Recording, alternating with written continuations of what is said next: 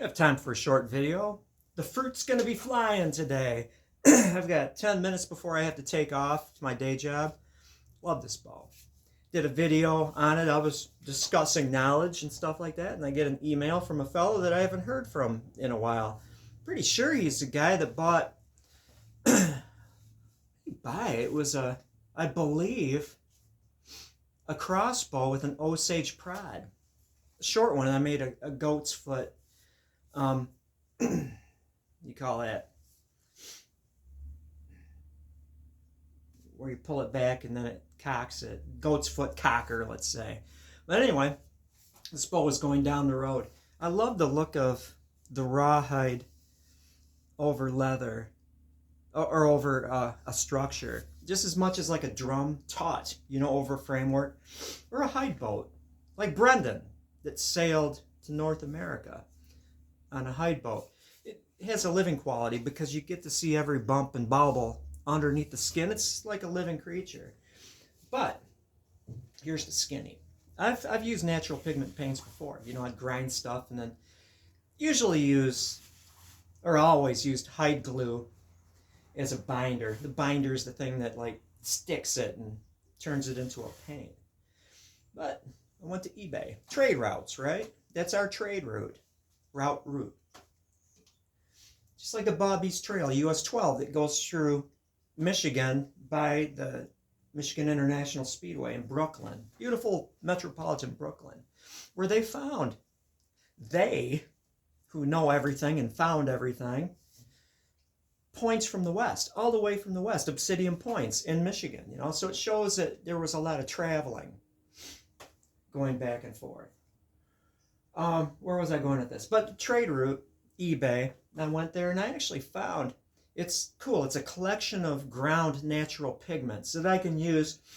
Not that the acrylic latex is a bad stuff. I've literally sold hundreds of bows that had paint with acrylic latex, but I want to go all natural. Now, it's not that hard.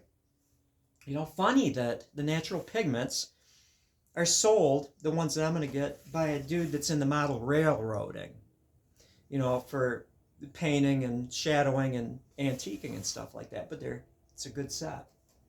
I am also found at the same time, because of this bow, in Newell's bow, that I used paint that I made with charcoal made from Osage.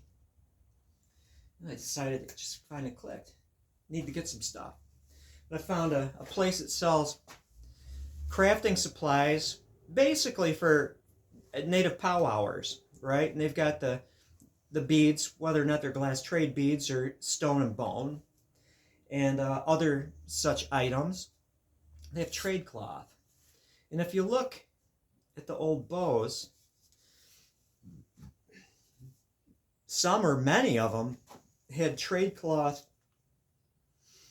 hand wraps or hand grips, and in middle of them wraps too. So I figure, why not go all out? Let's just get like the stuff that they used in the quest to be authentic. And so this bow, it's going to have a bright blue wool trade cloth handle and really nice natural pigment paint job. And the fellow also, the big thing with horsehair tufts, wants horsehair tuft here. Now, I didn't carve one in the end. And I'll explain it in front of the world that I will go about it in a different way than making the bow like I do and then carve the peg into it. Well, I use drill and then make a peg and then glue it in there. A peg made out of the same piece of wood that this bow was made out of. I keep my scraps. Yeah, that's going to be cool. I'm looking at this too. Like these things are kind of thought-provoking, right? It reminds me of drums I made. I don't make and sell drums. I've made drums, gave some away. Still have a couple. It's out of my realm. Carved pipes, stuff like that, But I stick with bows. I think that's fair. Lest I be known as a poser. But yeah, this is going to be one sweet bow. I don't know the point of this really, is maybe think about it. You watch bow videos, right? It's like, boy, I love bows. I watch all the bow videos I can. Just step into it, you know. Even if it means buying a 3/4 by 2 inch wide by yay long, I'd say longer, you know, piece of red oak at Home Depot and start making bows. You just have to take that leap of faith and just try. And if you don't, it doesn't work out the first time, whatever. You've got some air time, you know, making bows. You make bows. You've always wanted a sinew bag. Just go ahead and try it. You know, what's going to happen if it doesn't work out? Fortunately, if you're a bow maker and you're going to get into sinew and you carefully size your back, because that's kind of the determining factor, sinew's pretty easy. In my case, I've never rawhide backed a bow that I sinew backed, and I really like it. Just took that leap of faith and tried it. Why not? If you want to get into natural pigments, just go to eBay. If you don't want to use ground charcoal, you know, get some natural pigments, the same stuff that the people used back then. Get some hide glue, mix it up, paint something with it. What about natural dyes? That's another thing.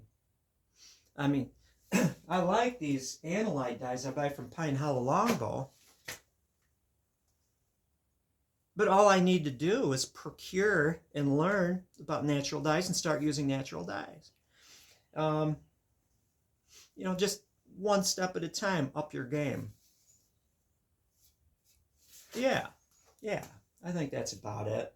I'm going to give myself 5 minutes of leisure time before I pop an old truck and drive to work and think about great thoughts. Mostly about bows, but they're great. Have a good one. Thank you for watching.